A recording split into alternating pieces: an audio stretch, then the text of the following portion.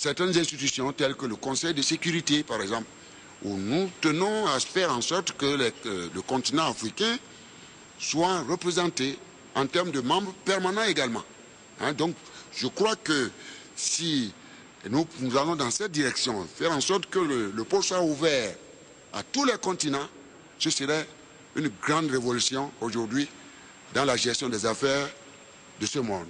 Je dois vous rappeler, et je crois que c'est la dernière question certainement, la candidate du continent est très compétente.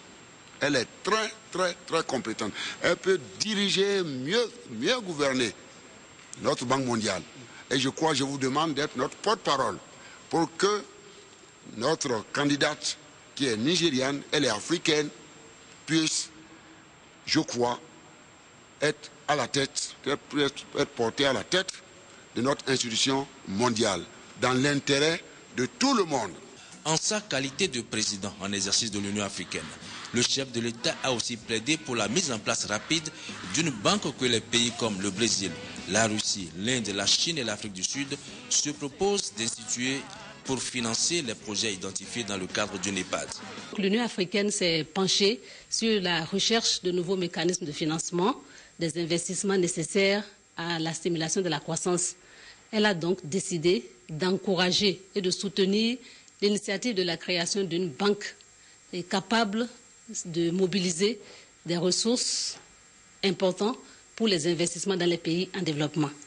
Cette banque qui sera créée par les BRICS, j'entends le Brésil, la Russie, l'Inde, la Chine et l'Afrique du Sud, pourrait permettre de mobiliser assez de ressources pour les investissements, notamment les investissements dans le domaine des infrastructures.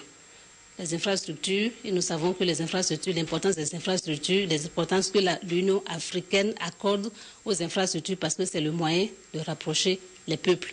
Donc par rapport à ça, le président du Bénin, président d'exercice de l'Union africaine, a fait un plaidoyer auprès de Mme Dilma parce qu'une lettre a déjà été envoyée en fait à tous les pays membres du BRICS par le président d'exercice de l'UA, une lettre contresignée par le président de la Commission et le président du comité du NEPAD.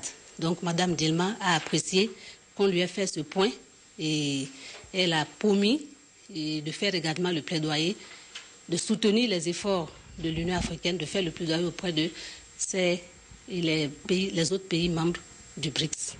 Les échanges entre les délégations béninoises et brésiliennes se sont poursuivis au ministère des Relations extérieures où un déjeuner a été organisé.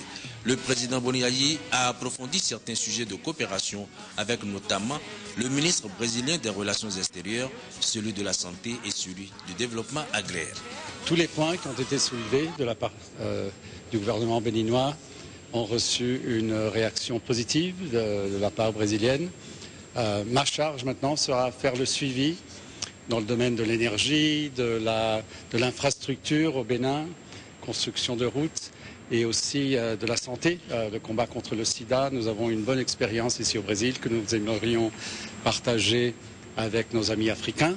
Nous avons déjà certains programmes avec quelques pays et maintenant, sous des instructions de la présidente Dilma Rousseff, on va aussi essayer d'établir un bon programme avec le Bénin. Mais le Bénin est surtout un pays très proche du Brésil, avec lequel on maintient des liens affectifs très profonds, grâce au nombre de Brésiliens qui ont des ancêtres qui sont venus de cette partie de l'Afrique. Et nous sommes très heureux d'avoir pu recevoir ici au ministère des Affaires étrangères le président béninois pour un déjeuner convivial, comme vous venez de dire, pendant lequel on a aussi essayé d'approfondir un petit peu quelques sujets. Enfin, le président Boni Yayi s'est entretenu longuement au téléphone avec l'ancien président Ignacio Lula da Silva, qui a demandé au chef de l'État de maintenir le cap du rapprochement entre le Bénin et le Brésil d'une part et d'autre part entre les leaders des deux pays. Très brève, la visite de travail du président Boni Yayi à Brasilia a été très concluante. Les résultats tangibles obtenus en disent long sur cette visite de travail qui a permis d'obtenir le financement de la route Kétou-Sabin, la construction d'une usine régionale de fabrication d'antirétroviraux et de médicaments sous forme générique, l'éligibilité du Bénin au programme brésilien dénommé Plus d'aliments, l'accélération des opérations de recherche pétrolière par la compagnie Petrobras. Et pour couronner tous ces acquis, la présidente de la République fédérative du Brésil a accepté d'effectuer une visite officielle au Bénin. Ce serait sa deuxième visite sur le continent africain depuis son accession au pouvoir. Delícia, delícia, assim você me mata. Ai, se eu te pego, ai, ai, se eu te pego, hein?